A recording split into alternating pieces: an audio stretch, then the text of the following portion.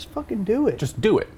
All right. So All right, this is how you create a magic item. Yeah, let's lay it down. I want a flame tongue. Okay, well go kill a red dragon, cut his tongue out, let that be the heart, melt it into some steel, and then forge a sword, and then guess what? It catches on fire. Catches on fire. Right? Just create a stipulation to a desired effect, and then create an adventure around that. Yeah. Like, it doesn't need to be hard rules. We don't need, like, I need 40,000 gold in 38 days. And, right. like, I just think that's a bunch of BS. Like, make it epic. And if it's epic, it needs to be a little mysterious.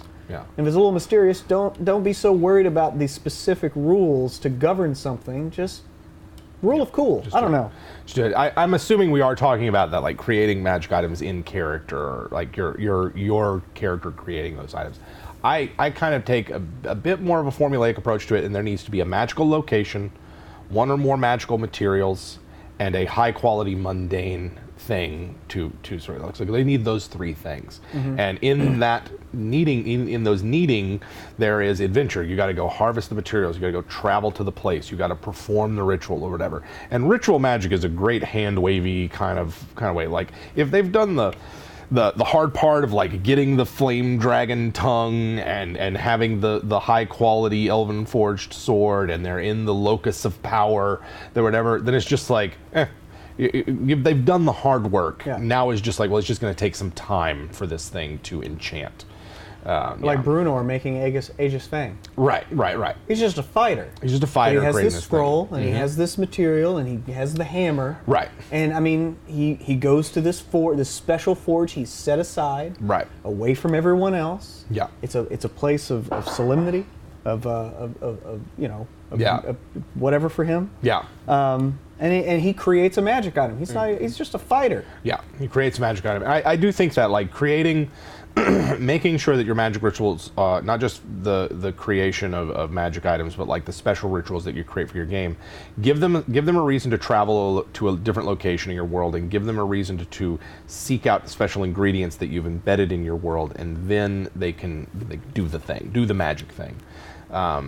On the off chance that they were talking about creating items just as a DM, well, that's just like, what do you want the thing to do? And then you do it, and then I'm a big fan of play testing as you play. Don't try to make it perfect before you do it. But I mean, a poison tip arrow is just like, go find, like, what, you got to go find some special frogs over in this part, and you have to catch them. So that's going to be a tough thing, because don't poison yourself, and then you got to get the poison out of them. Yeah. Right? Yeah. And hopefully you have poisoner's kit, so you know how to do this. You know how to do all that kind of thing. And then after that, it's just like, okay, I have poison. I can tip 20 darts with what I've collected. Yeah. And then after that, just use them. And then just use them. And I understand. There's not really rules for it in either the DMG or the player's handbook for what it is. It's, in the case of, like, say, a poison tipped arrow, that it'd be like, look in the DMG about the different kinds of poisons. If there's not one that works for you, then modify one until it does. Mm-hmm. If you're talking about, like, actually crafting the arrow, then that's another matter of just, like, is there someone with smith tools or something that can help you out? I mean, this is one of the ways in which I sometimes, and I don't mean to knock the question, but I'm curious, because it's like, it seems like that players think there should be more rules for this than there need to be. And really, it just needs to be, do you have a poisoner's kit? Then you can create poisons. And however that happens, whether it's just a simple intelligence or dexterity roll, or whether it's a great involved process where you gather ingredients and spend time rendering the poisons and doing whatever. But it seems like a lot of the time players seem to want like a lot of detailed rules for how this should work, when 5th edition has given you those tools. It's proficiency in tools and an ability check that backs that up. And that's, for 5th edition, that's sufficient, even if not necessarily satisfying. Make a nature check. Oh, I know that there's snakes over here. Now you got to make a survival check and a perception check. Oh, I found one. Well, now you got to grab one. Now you've done that. Now milk the snake. Yeah. Yeah. Yeah. Milk your snake. Don't